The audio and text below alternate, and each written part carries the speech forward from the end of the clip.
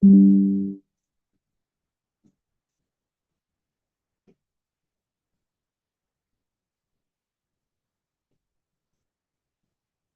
David. How are you doing?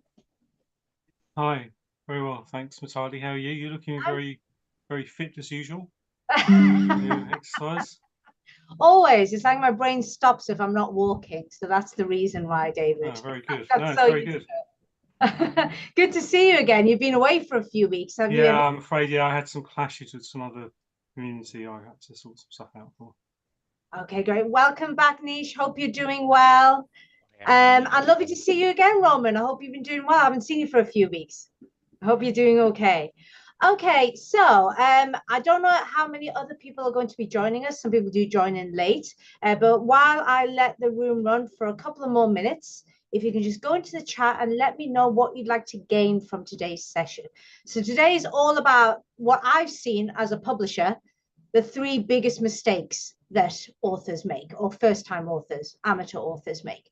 So anything to do with that, or even something slightly outside of that, if you go into the chat and let me know what you'd like to gain from it. I know we've got some authors already in here, so maybe you've made mistakes and you'd like to talk about that. So whatever it is, put it into the chat, and it just informs me exactly what you're looking to gain from today's session. The whole point of the forum is that I've said this before, so you would have, all three of you would have heard me say this before, that I love doing masterclasses. I love doing workshops. I tend to do them for other people's groups. They ask me to come and speak to their audience. However, when I created the forum, I wanted something different. I didn't want it to be just yet another masterclass or web class or anything like that. I did want it to be a forum where we actually discuss things. So if you tell me what you'd like to gain from today's session, it allows me to tailor it so everybody walks away with something after the end of 45 minutes. So please do put into the chat what you'd like to gain from today's session. Oh, we've got Stanley who's joining us. Um, oh, this is interesting. Nish says, what are the three biggest mistakes authors and publishers make? Yep, we'll definitely cover that.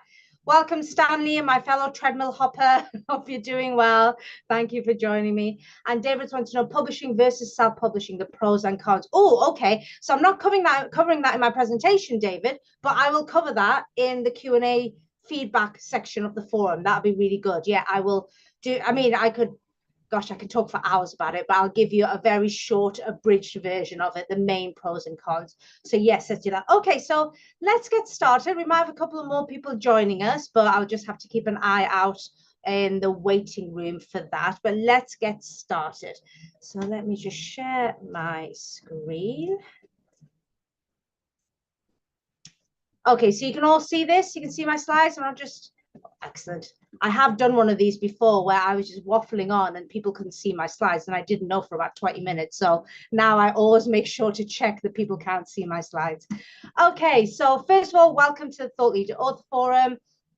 I think everyone here has been to one of these before, so you'll be aware of how the forum works. It comes in two parts. So first of all, we talk about the topic of today. So today's topic is all about the three common mistakes most first-time authors make and how you can avoid them. And then part two, my favorite bit, that is a bit where you can ask me questions, give me feedback, give me your experiences. If you've written a book or in the middle of writing a book, you can actually talk to me and the others in the room and get their feedback. So that's my favorite part. Do get involved in that section. And for coming today, you can take notes. If you want to take notes, feel free to do so. But you will get this workbook sent to you by my awesome assistant, Joycey. She will send it. She usually sends it out mid-morning to early afternoon UK time. So you'll get this. That means you can just sit back and just listen to me. You don't have to take notes unless you absolutely want to. And finally, to thank you for coming to the Thought Leader Author Forum. You guys are aware of this. I've partnered with an amazing organization called Business for Good at the beginning of the year. Previous to that, I've always donated. Being a publisher, my team and I, we've always donated a percentage of our profits.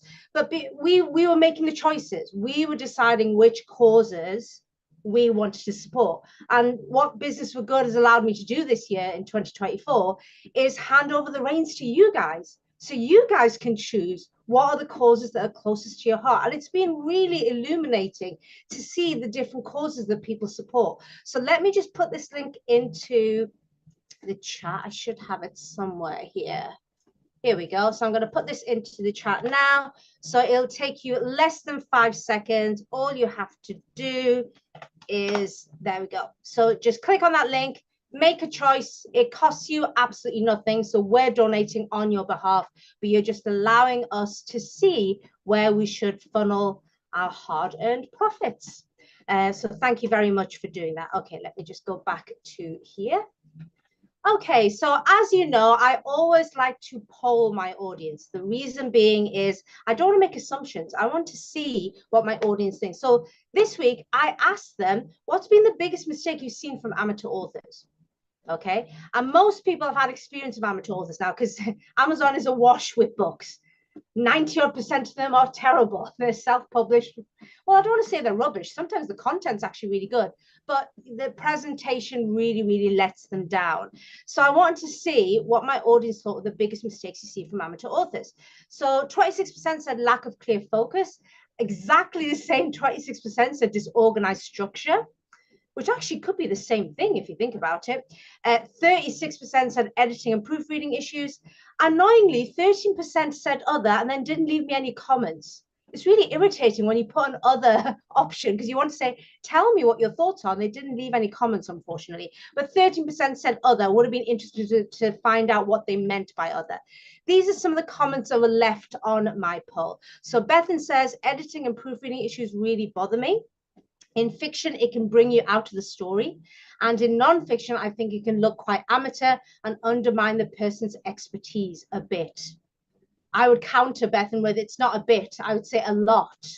If you think about it, the kind of books that you're all here listening to me interested in writing, and some of you have written, are books that are designed to turn you into a thought leader, designed to motivate and persuade people that certain things they might be doing unwittingly is causing some kind of harm, either to themselves, to the people around them, to non-human beings, to the planet as a whole.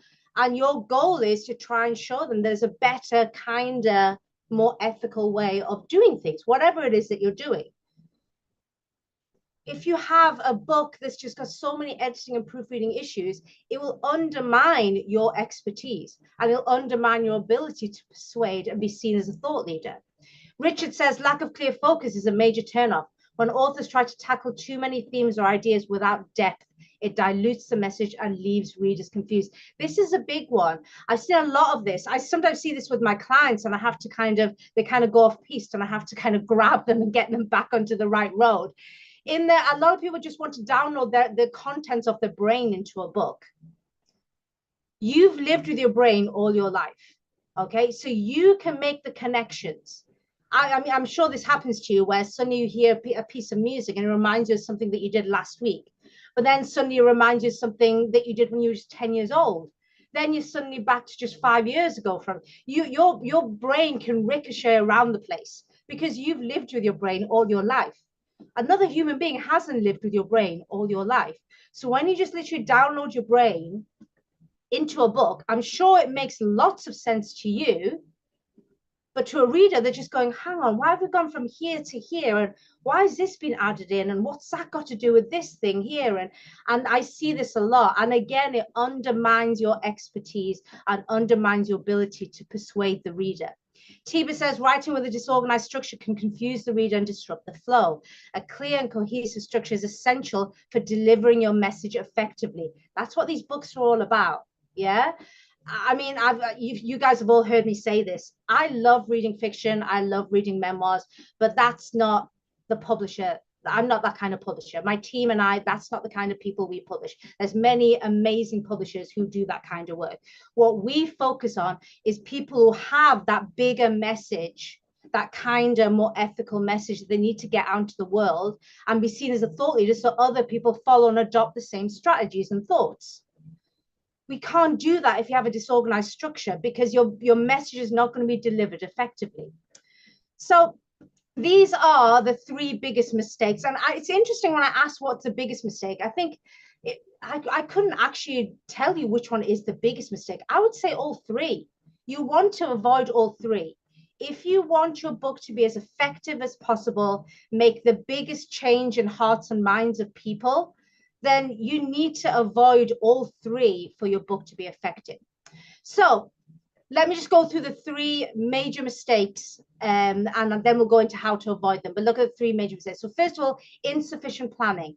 The reason why you have disorganized structure, the reason why you have a lack of focus is insufficient planning. Again, what I talked about before, this idea, I'm just going to download my brain into a book. I'm sure your brain makes a lot of sense to you. It's your brain. But to another human being, they're just going, I don't understand. It's all over the place. This is a key one, and people are surprised sometimes when I say this. Some of you will, because some of you know how I work, but they write instead of dictating. I'll go into a little bit further why that is such a big issue, but they write as in they type.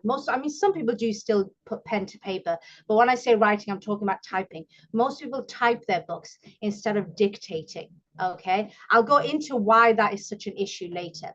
And the third biggest mistake is they're writing and editing at the same time. Actually, I need to change that line. They're not only just writing and editing at the same time, they're usually planning as well. So there's insufficient planning. Then they start writing the book. They're still, without realizing, they've still got one foot in planning mode because they haven't planned it correctly. So new ideas are popping into the head and they're trying to now incorporate it into the writing. And then they're editing at the same time because they're typing and they're going, oh, that's not the word that I want another word, or I've just made a typo, let me go back and fix that. So they're not just writing and editing the same, they're doing planning, writing and editing at the same time. And that's one of the biggest mistakes that amateur authors make. So let me show you how to solve it. You can solve it by remembering the 3 stages of book writing. And these are the 3 stages: plan, pen, perfect. Okay, so remember that. I made this into, the reason why I made them 3 Ps is because some of you have heard me say this. My brain's like a sieve. It's not very good at retaining much information whatsoever. So I learned from a very early age, I needed to create acronyms and little sayings and phrases just to remember things. Otherwise, I struggle to remember my name sometimes, you know? So I've always known from a very early age, I needed to help myself by making little mnemonics to help me. What's been really amazing is as I've got older, I've realized more people are like me than not like me. Most people don't remember things very well. So this is something that I used to remember when I was writing my book, the 3 stages, the 3 Ps: plan, pen, perfect. And when you think of the 3 stages, I want you to keep them separated. There is power in the separation. What the vast majority of first-time authors are doing without even realizing is they're planning, they're penning, as in they're writing, and they're perfecting, they're editing at the same time. Let me bust a myth here. There's a lot of talk about women being very, very good at multitasking while men are not very good at multitasking. It's absolute nonsense. No one is good at multitasking. If women are good at multitasking, it's because we've had a lot thrown at us, so we've had to learn how to multitask. It's not something that any of us are very good at. We are beings that are much more able to create and do things successfully when we have we're doing one thing and we're concentrating on it. Okay, we're happier as well when we do that. When we have lots of things, we tend not to do anything very well, and it can be very overwhelming. So think of that, and remember, you want to separate the planning, separate the writing, the pen, and separate the perfecting, the editing. So let me show you how to do this. So first of all, planning.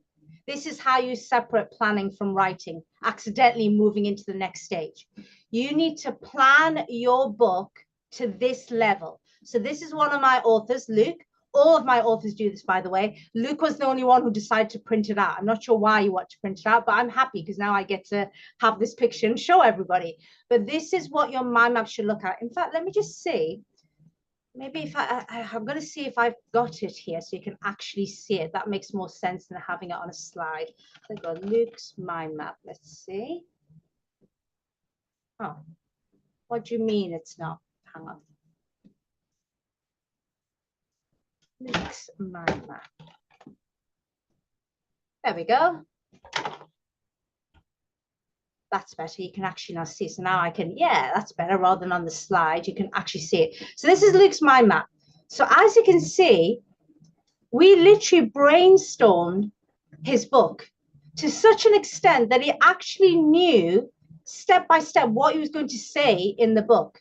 He had basically bullets. If you think about his bullets, the best way to think about this is if you are on stage, you don't take your entire speech, do you? You don't read out a speech. You don't take a piece of paper with you on stage because that just looks amateurish.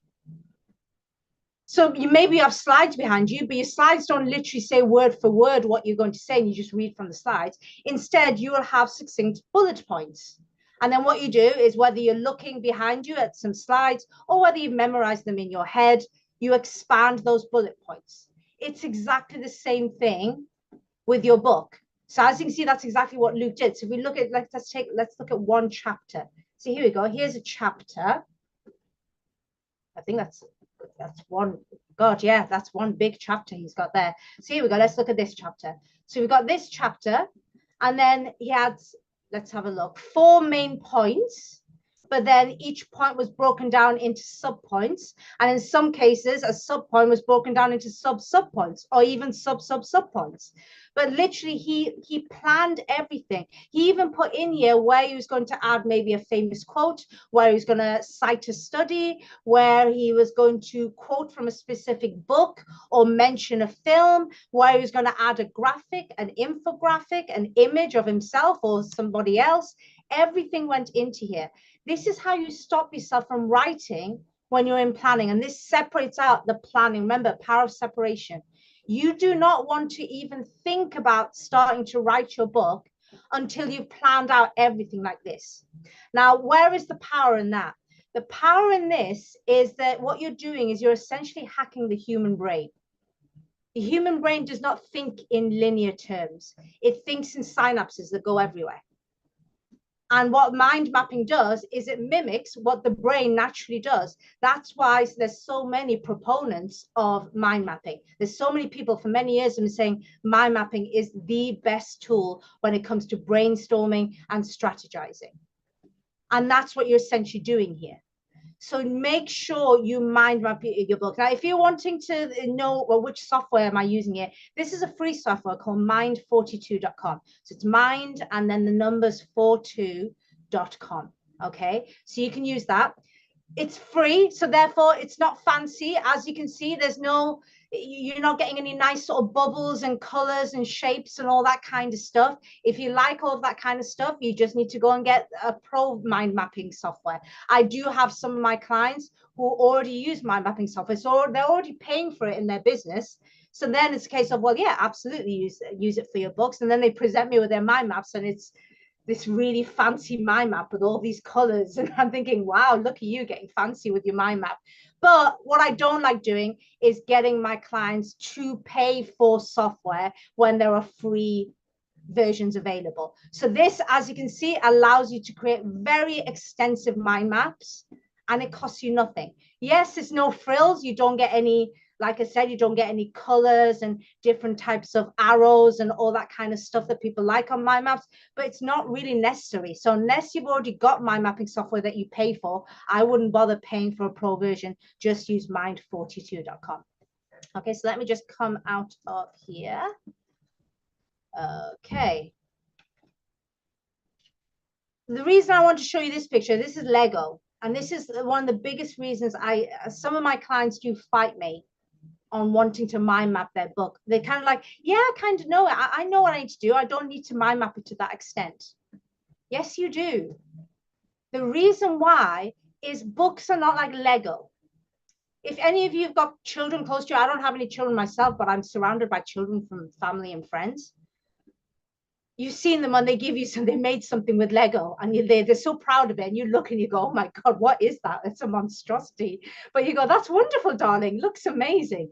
That's a wonderful thing about Lego. You can take a bit from one bit and you can stick it somewhere else. And yeah, it might look a mess, but it still hangs together. That's the whole point of Lego. Children can put their bricks together and create whatever they want from it, even if it looks terrible. You can't do that with a book. You can't suddenly, if you're still planning and you're writing your book, new ideas are going to come into your head. Then you're going to think, oh my God, how am I now going to incorporate this bit of information into what I've already written? You can't treat it like Lego and just stick it, plonk it into a chapter somewhere. It just doesn't work. Now you have to rewrite sections of that chapter to fit in that new idea that you've put in. You may even need to rewrite previous chapters, even chapters after that, to fit in this new thing that you've added in. This is why we mind map. What Luke was able to do, and he did this, by the way, he mind mapped his book out, then he left it for a week just to give himself, you know, his brain time to rest. He came back to it, and then we went through this together, and he said things like, I kind of repeating myself here. I don't think I need to, or this should be earlier. What, maybe let me just see if I move it here. Does it make sense with these rest of these points? Do they make sense, or do I need to do more here?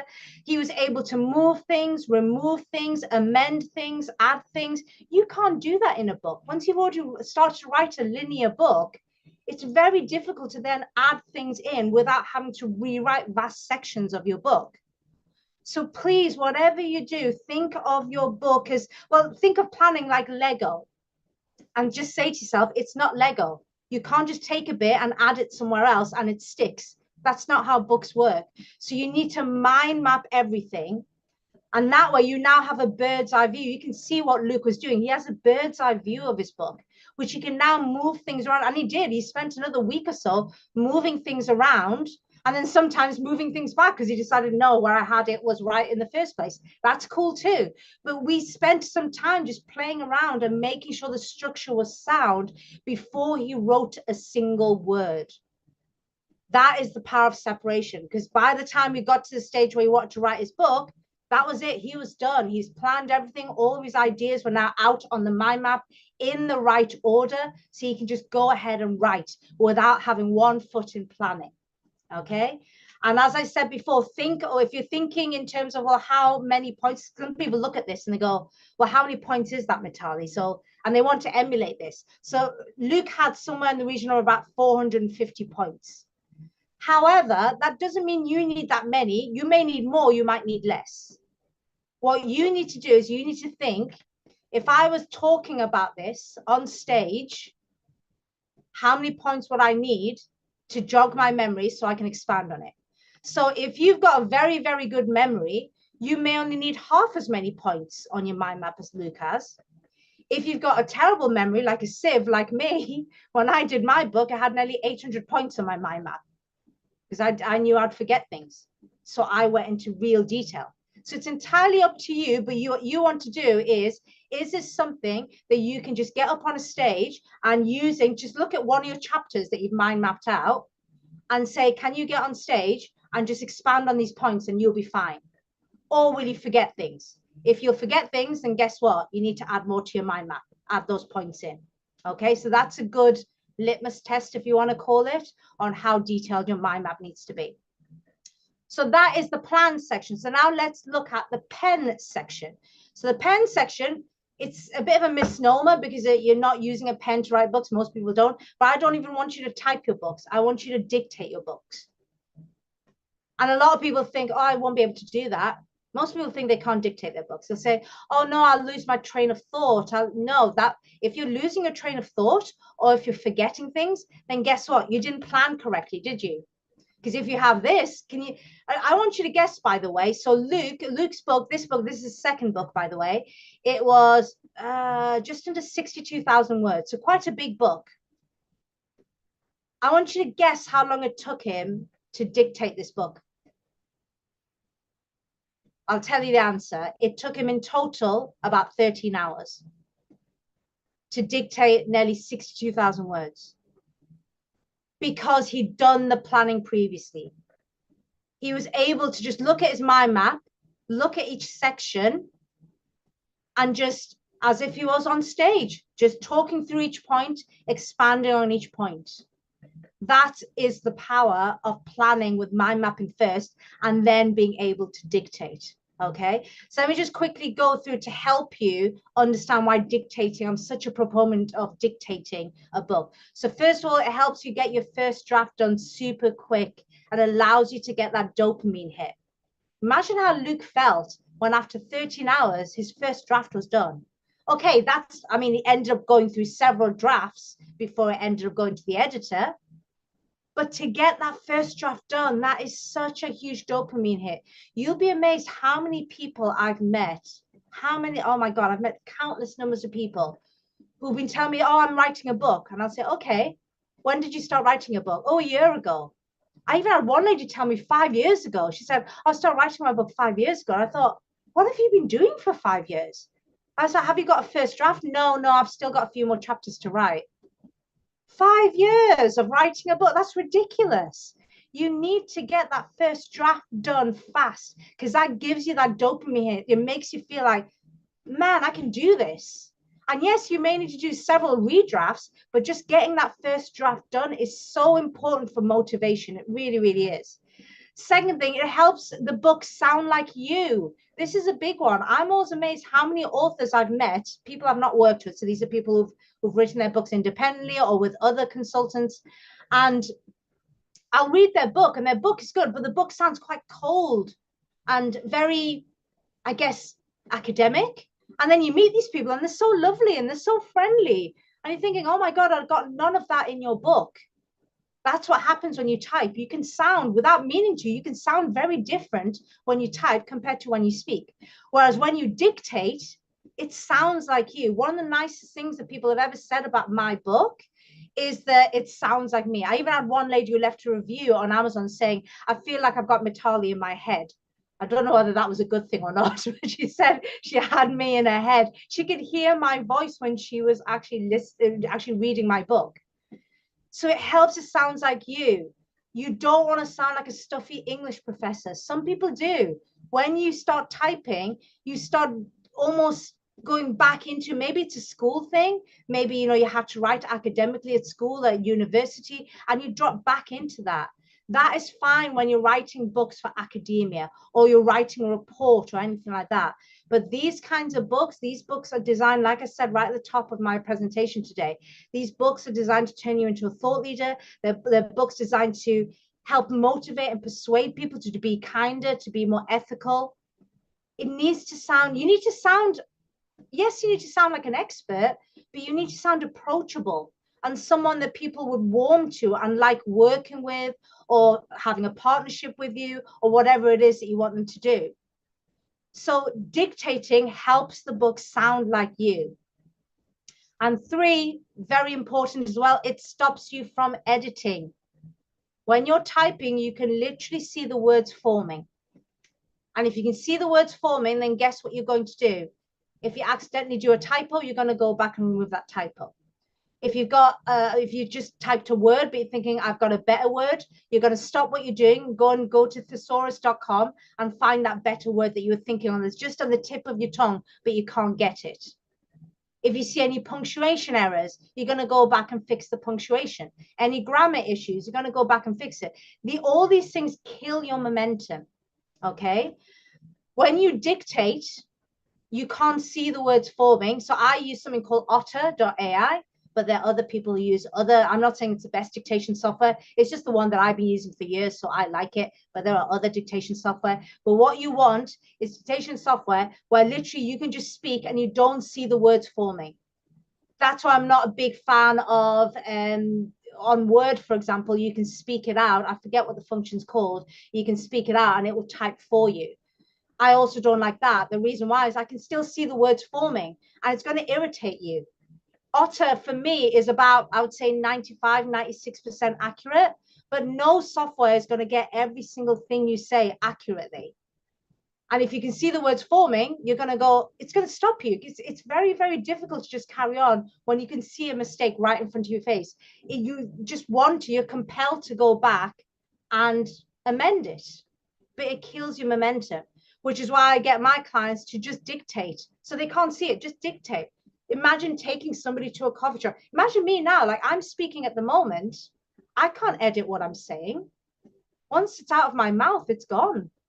I can't go in a time machine and go back and change my words. That's what you want to do. You just want to get your expertise and your thoughts, just get it out in one go. Once you've got it, then we can move into the 3rd and final phase, which is perfect. Once you've got all your dictation done, now amass all of your dictation, put it into the right order. Your mind map will show you how to put it into the right order so you know what order everything needs to be.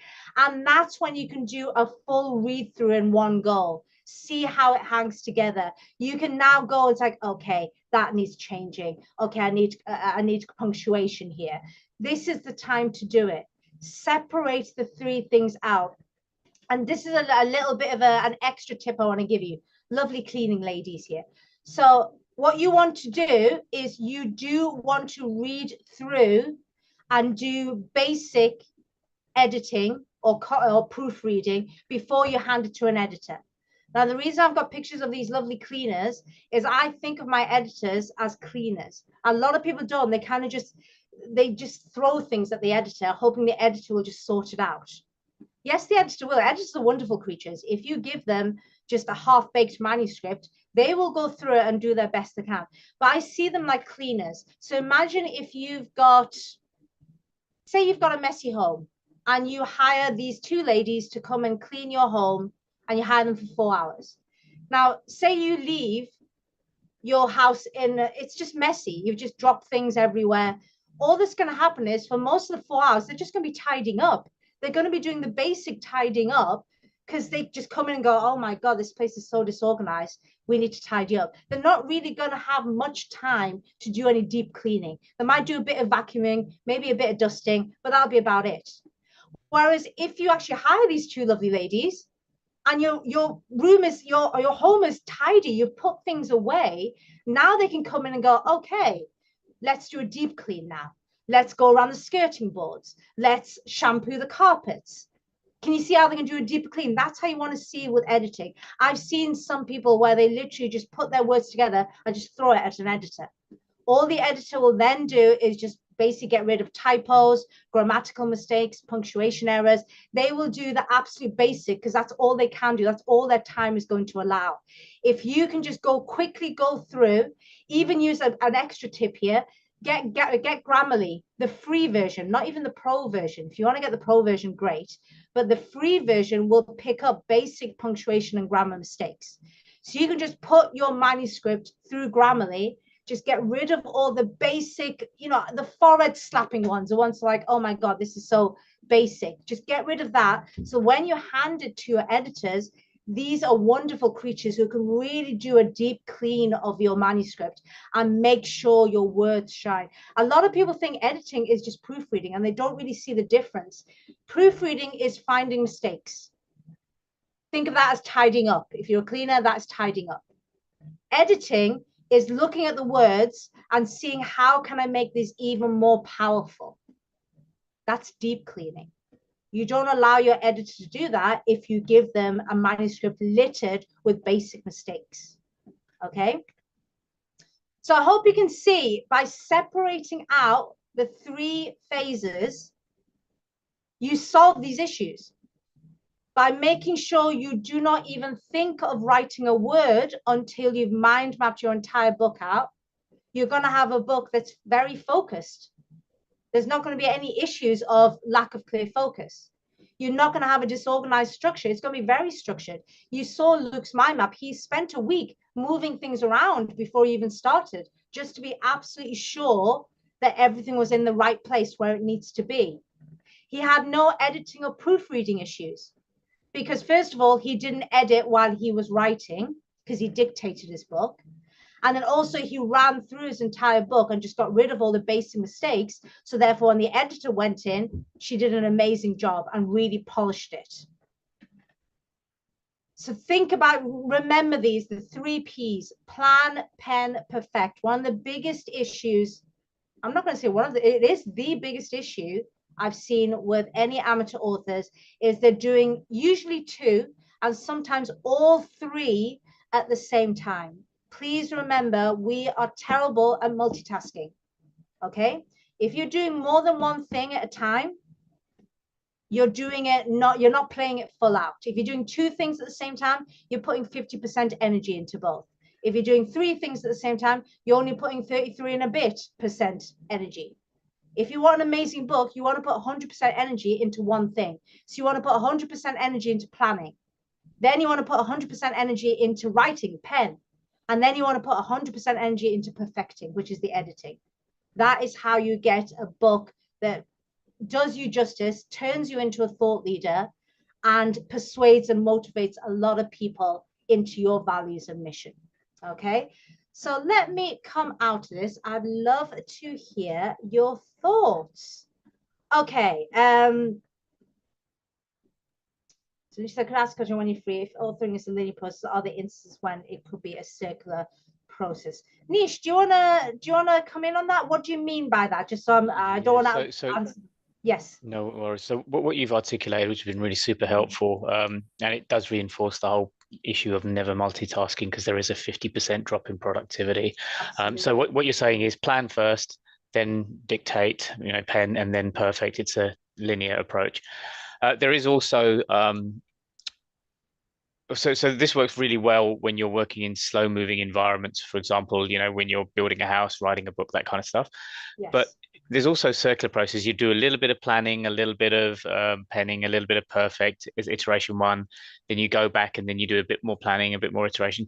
Do you ever see yourself it being a circular process? So you do a little bit of each, then review, then do a little bit more and review, and then basically iterate your way out rather than do everything in a linear approach? Is there any types of instances where? Good question. And the answer is no. Okay. I've never done it that way. I mean, there are other book consultants and they will have their own methodologies. So maybe there are other consultants out there who do have a more circular process.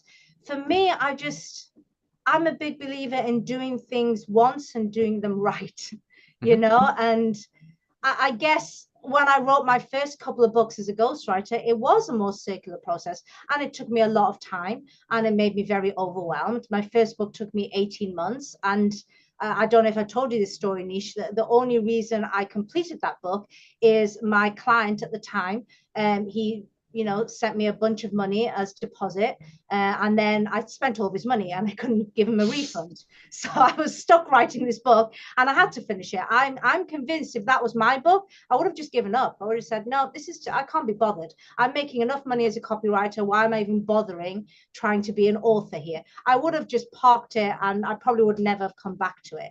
The only reason I continued was because I needed to. I had a contract and I'd spent all his money and I couldn't even give him a refund and get out that contract anymore. So when I was doing it without any structure and without this linear process, it was very overwhelming and took me a lot of time. Contrast that to the 7th book, my final book, that as a ghostwriter, I was able to complete that in 5 weeks. And not even 5 weeks just working with that client. I was still working as a copywriter for 3 other clients. So I was writing for them and writing this book, and I managed to do it in 5 weeks. So for me, I don't want to say there isn't, there aren't instances where a circular process may work. I've just not come across it. Okay. Mainly it's because I wonder if it's the type of books that I'm doing. I wonder if you're writing fiction or even writing a memoir, children's books, even I know you're writing a children's book, maybe there is a case for a more circular process. But these kinds of books, these books really are designed to turn somebody into a thought leader, to get their values and missions out there. I think of that as a very linear process. We have to plan thoroughly first, because we need to make sure this book lands and persuades and motivates.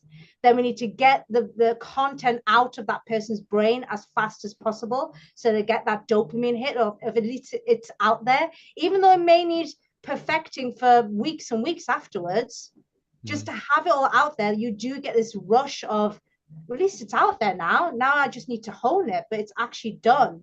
So that needs to be done. And then the editing process. So I personally would never take my clients through a circular process.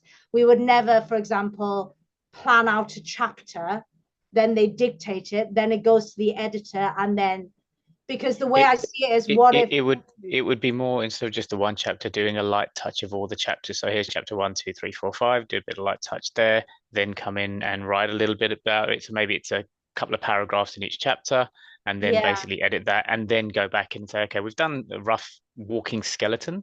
Do we go back in and do the? So it was more of that approach, is what I was wondering. But It's It's not just something I've ever done. I also think it'll probably be more expensive. I think an editor will charge you more as well because you keep coming back to them. It will take you a lot longer as well because the best editors are always busy. My editors, I have to book them at least, the earliest I can book them is 3 weeks in advance. Sometimes they come back to me and they're booked out for another 5 weeks before I can get to them. So, you know, if you want to have a great editor, they're usually very busy. So if you're going back to them time and time again, you're going to have to wait for them time and time again. Whereas my editors, they get a whole manuscript in one go. Sure. They can work on it. And that's super helpful. And when you put it in context of if you're working with external people, Yeah. you don't want to go and keep feeding them. So thank you. That's been super helpful. Yeah, and they will charge more because it's little bits of work that they're having to do, and you're going to have to book them each time. So they'll be waiting each time for them to be ready to do work. So, like I said, I don't want to say no because I mean I've said this to you before, Nish. I've got zero experience when it comes to fiction and autobiographies, memoirs, that kind of thing. So maybe there is a case for some kind of circular process. But for the kind of books I'm helping my clients write, I just can't see the books being better. In fact, I just see the books taking longer to do and actually becoming more costly to produce in the first place.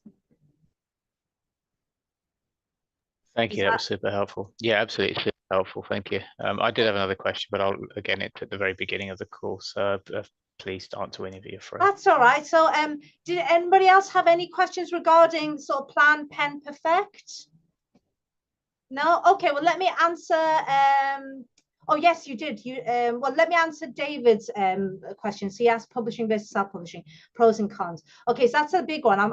This one, like I said before, David, I can probably spend an hour just talking about this, but I'll give you sort of the bridge version. So there's pros and cons to both. I don't really have allegiance to either or the other. But what I tend to find that most of my clients, I would say probably more than 80% of my clients self-publish. Okay. Actually, it's probably more than that. It's probably close to 90% of my clients self-publish, with 10% or less that actually go through a traditional publisher. But that does not mean that traditional publishing is bad. It's more of a case of the kind of people I attract, David. So I'm attracting mainly people who own their own businesses or brands or non-profits, charities, whatever it is.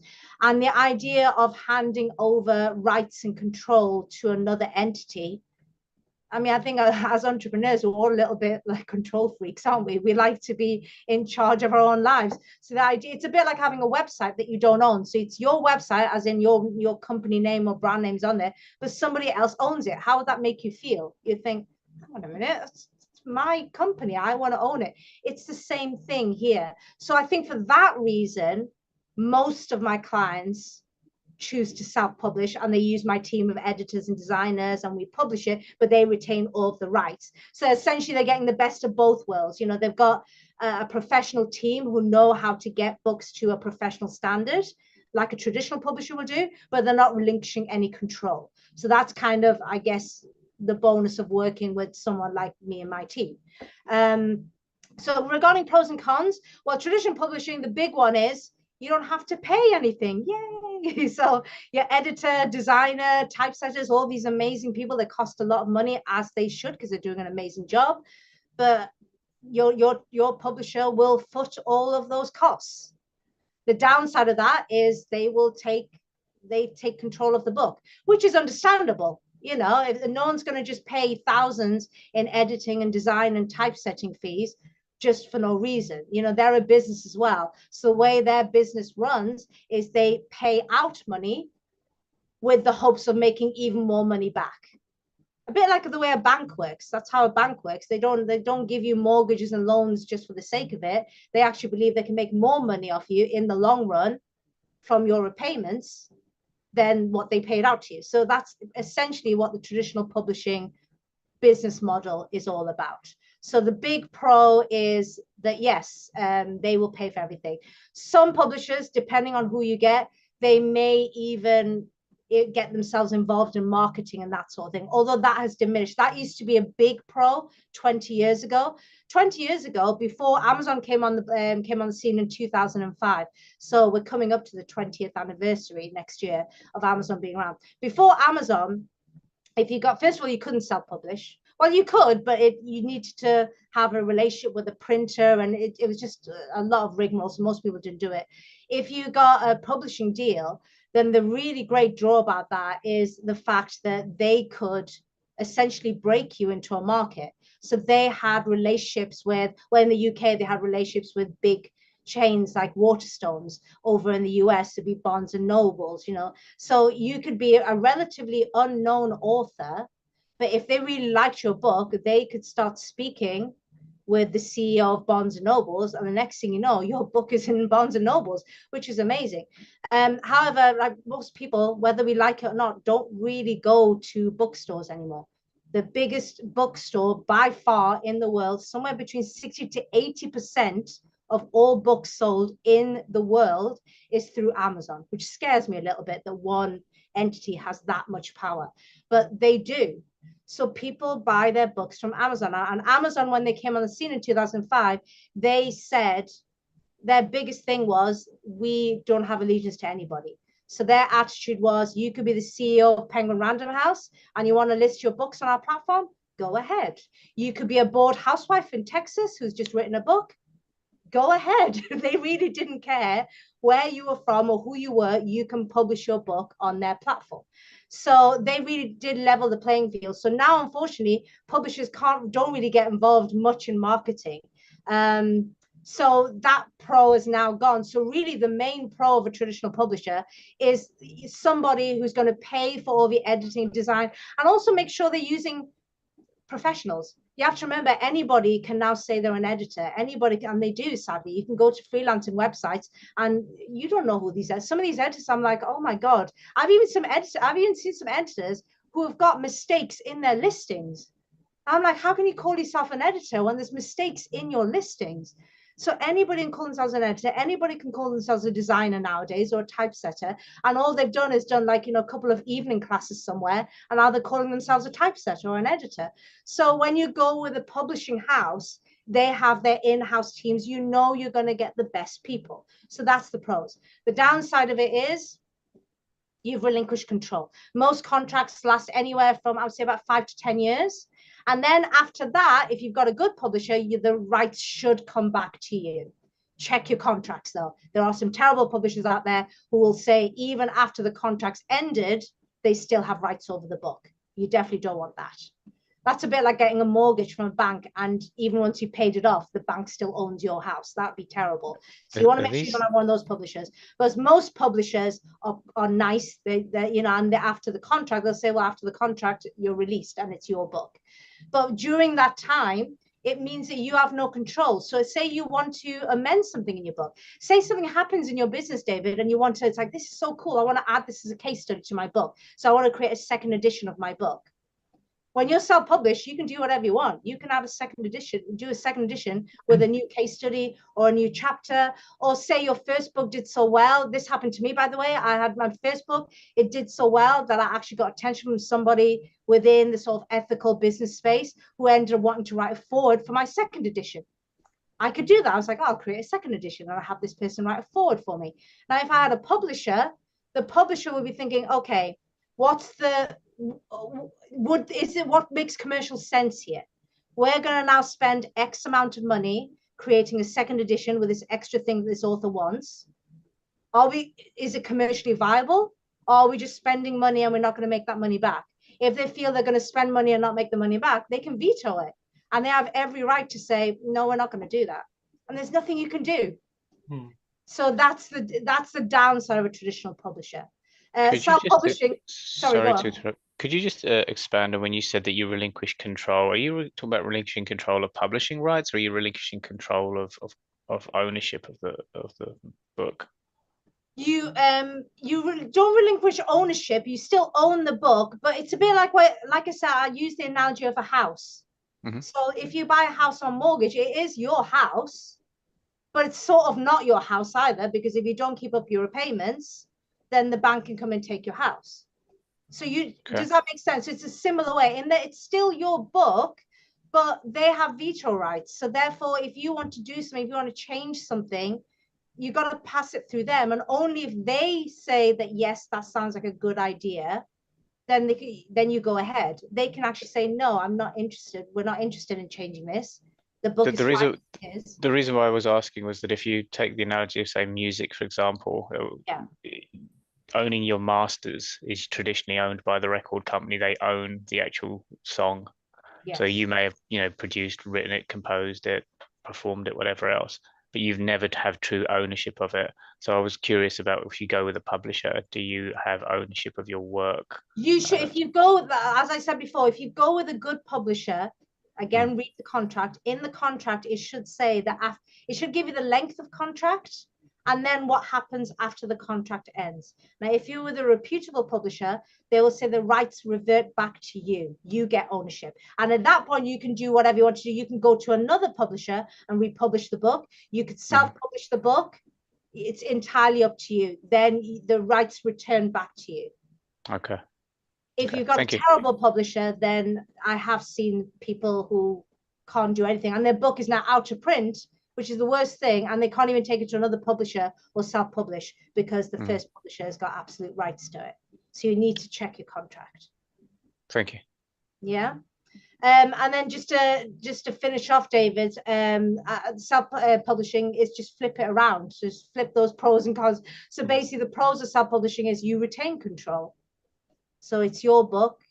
You can do whatever you want with it. I've had clients come back to me and say, hey, I want to do a specific version of my book for they're speaking at a conference. They've created a version of their book. I've had people come back to me and they want to add a chapter, remove a chapter, add a new forward from someone semi-famous who's now interested in what they do, change their cover for some reason. Maybe they've won an award, so they now want the next edition to have that award on their cover. You can do whatever you like. And it's entirely up to you. I even had one gentleman who's created 3 versions of his book because he has 3 different personas that he works with.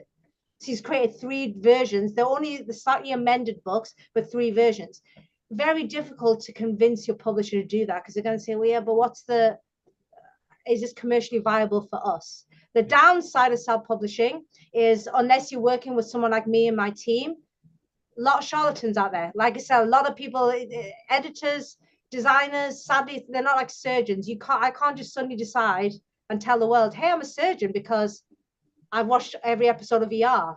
It's like, that's not good enough, You have to, Stanley's laughing. I have watched every episode of ER, by the way, Stanley. I used to love ER back in the 90s. But I can't, just because I watched every single episode does not make me a surgeon. Whereas as an editor, you can just literally, I don't know, just go and do, one evening course, like a 1-day course somewhere, and now you can say you're an editor. And it's not even illegal. It'll be illegal for me to say I'm a surgeon just because I watched every episode of ER, but it's not illegal for somebody to say they're an editor after just doing a 2-hour class, like an online class somewhere. And so you don't know who you're dealing with. So the downside of self-publishing is you have to pay for editing and design, etc. So you need a budget. And secondly, you have to really make sure you're working with the right people because there's a lot of charlatans out there who will do terrible work and happily take your money. Yeah, no, thanks, Ms. Ali and Nish. I realise how little I know about that publishing side of things then. Because I've been a lot approached, of people don't. Yeah, a lot of people don't know. I've been approached by someone who's had a publishing company for 25 years or something. Yeah. And we haven't had any formal discussions, but they're interested in just seeing a few chapters of what I'm doing. And I've been thinking, to be honest, 2 things I've been thinking. My stuff is very much more about workbooks because I like interacting. Yes. I'm not a preacher. I don't want to stand up and just preach to people in my book. I actually want to do a book that's interactive. So I'm thinking workbook rather than book, if you like. And then it's been really helpful for you to, what you'd explained there about the flexibility of self-publishing versus publishing, because I'm at the stage where the things is going to evolve quite rapidly over the next probably year anyway, couple of years. So thank you for that. It's been very helpful. And Nish, your questions as well. There is no wrong or right. I mean, like I said, I do have clients. I've got a client at the moment who's, I hope she's going to be published in the next, that's the other con sometimes, not really a con, but with traditional publishing, in that you're in their life cycle. So this lady, Amanda, Angela, sorry, she finished a manuscript, I think about 5 or 6 months ago, but she won't be published until spring of next year. I think it's spring of next year. even though her book is ready to go. But obviously she's now in this other publisher's life cycle. So she's in the queue and there are other authors in front of her who need to be published first. So again, there's more of a waiting time. Whereas when you're self-published, it's like you put your team together and then it's like, let's get this done. And my team usually take around about 12 weeks from receiving the manuscript and then going through editing, design, typesetting, formatting, and being published. Whereas, you know, with a traditional publisher, it could be a year or longer before you're published, even though you're ready to publish now. So there's that to consider as well. But at the same time, I don't want to like say completely bad things. If you get, for example, if you get like a publishing deal from Penguin Random House or Hachette, or there's something quite prestigious about being published by one of the big 5 publishers. So there's that as well. So sometimes, so for Angela, for example, the reason she's gone with the publisher is this publisher is called Lantern Publishing, very well known within the sort of ethical sphere.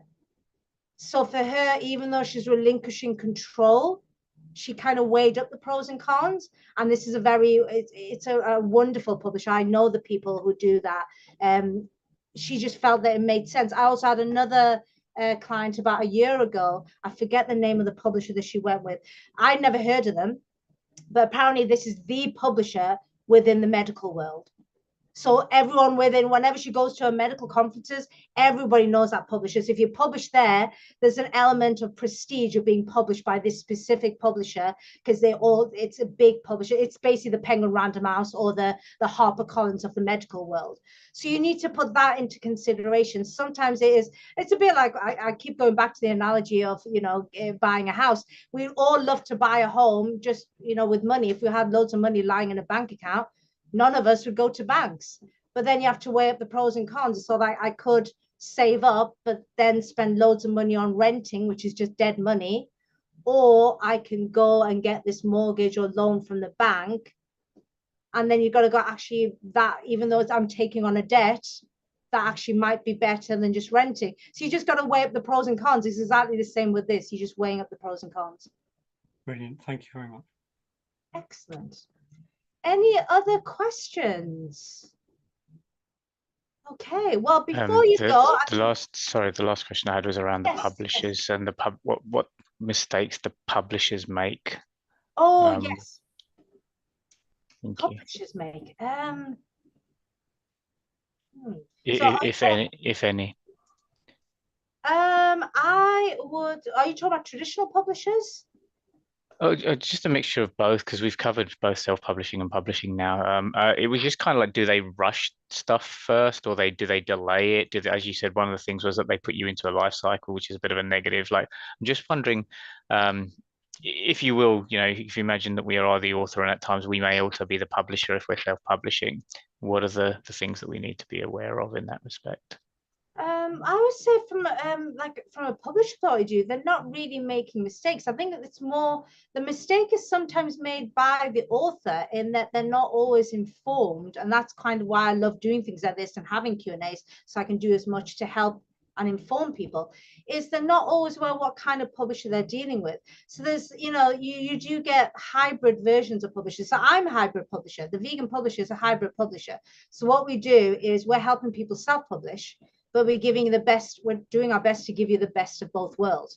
So you have a team of people who know what it takes to get the book to the highest professional standards. So you're not on your own trying to figure it out yourself, but you're not relinquishing any control. But then there's different kinds of hybrid publishers. So I've met some authors who had some terrible experiences with hybrid publishers, and these hybrid publishers, what they did was, they're getting their clients to pay for the editing and design and everything, and they're still taking a stake from the book as well. So you can kind of get like a double whammy, which kind of frustrates me when I hear those stories, because I just think, well, it should be one or the other. If you're a traditional publisher, you're paying for everything, but then you take control of the book and you take the lion's share of the profits from the book to pay yourself back, essentially. That makes sense. And if you're doing what I do, which is my clients pay me up front for my team, then you're paying for a service. So I shouldn't have any stake in your book then. So it's got to be one or the other. But then there's publishers that are straddling the two, you know. Then there's other things. Another thing that happens when when authors are not always aware that there are publishers out there that are just providing you a publishing service. They're not sat there thinking about whether this book is any good. And it's not even their fault, because that's not what they're meant to do. Think, for example, a good analogy I would give you is, you know, those places where you get t-shirts done for a stag do or a hen do niche. You know, they're not sat there thinking like, well, is this design going to be fashionable? Would it sell? They're not thinking that. They're just like, what do you want on your t-shirts? And then you say, yeah, I want the stag's face doing, I don't know, whatever. And you get like 12 t-shirts done for your stag do. Yeah. There are publishers out there who literally just give you the service. Like, you give us a manuscript, we'll edit it, we'll design it, we'll publish it. They will not even look at whether this is a good book. And then some authors are upset. It's like, oh, well, they didn't tell me that. But that's not the publisher's fault. Because then when I've looked into it, those publishers, that's not what they're doing. They're not sat there thinking about whether this can become a bestseller, whether this can turn someone into a thought leader. That's not in their remit. They're just providing you a service. You give them a manuscript, they publish it, regardless of whether it's the best thing since sliced bread or whether it's utter nonsense. They're going to publish it. So I don't think publishers make mistakes. I think what's happening is authors are usually misinformed. Sometimes That was actually, sorry, go so I on. was going to say, that was actually super helpful, because the term that really helped me understand options was publishing as a service. So there are companies like yourself that offer publishing as a service, and to the point you just clearly articulated, their remit isn't to care whether the book is selling or, you know, not. They're there to provide you. That was super helpful. Really, Yeah, that's the main thing you've got to see. And that's why I always spend so much of my time telling people that no, I will actually turn people away. Because if I don't think, I mean, I offer, in fact, I'm just going to show you, you guys have already had a book idea audit, but for people who are watching a replay, I'll just show you in a couple of minutes. But the reason why I offer a book idea audit is to actually go through your book idea and see, does this have legs? Does this make sense? Or is this a terrible book idea for what you want to do? Whereas there are publishers out there where, and they're not bad publishers, it's just not in their remit. They're just doing something different to me in that they're just offering a service. I know one amazing lady in Bristol, and what she does, she's fantastic. What she does is she publishes books where people have come to her, usually people who want their elderly parents to write their life stories, because they're not going to be around for very long. So they really want to know what their parents' life was like before they were born, and the things that they did, and their stories. So these are books that they're never going to be put on Amazon. They are not even for public consumption. They're really just for the family to have as this heirloom, I guess, that they can now pass down to subsequent generations. It's wonderful what she does. Like, that must be so nice, actually, publishing people's stories for their children and grandchildren and great-grandchildren to know about them. But can you see, she's not sat there thinking, oh, is this going to be a bestseller? Is this going to motivate people? Is this going to persuade people? She's not even thinking in those terms. She's providing so generations of the family could actually be reading the work of their own. Exactly, That's amazing. but it's never going to be a public, because why would somebody else be interested in you know, someone's grandma? It's specifically for that family.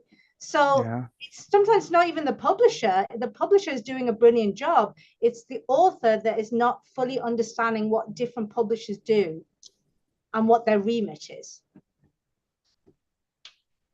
That's super helpful. Absolutely, that was super helpful. Yeah, I'm really, really happy about that. Thank you. Excellent. Okay, we're running over time, but let me just quickly, before you go, show everyone how you can book a book idea audit with me. So let me just quickly share my screen. Okay, so you can all see this.